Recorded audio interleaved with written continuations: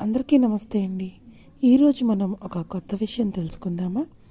అదేమిటి అంటే ధర్మో రక్షతి రక్షిత అన్నారు. అసలు ధర్మం అనేది మనిషి సృష్టించింది కాదు, దైవం సృష్టించింది.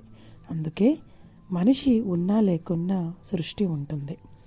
సృష్టి ఉన్నంత వరకు ధర్మం ఉంటుంది. కాలం ఎవరికీ చుట్టం కాదు, కర్మకు కనికరం ఉండదు. ధర్మో రక్షతి రక్షిత.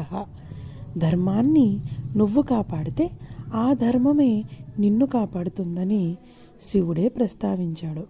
కాబట్టి ధర్మాన్ని రక్షించండి. మన సనాతన ధర్మంలోని అంతరార్థం తెలుసుకొని మన హిందుత్వాన్ని కాపాడండి. ధర్మం ఎప్పుడు మనిషిని నిలబెడుతుంది. ధర్మ మార్గంలో సహకరించి అందరికీ ధర్మ ప్రచారం చేయండి.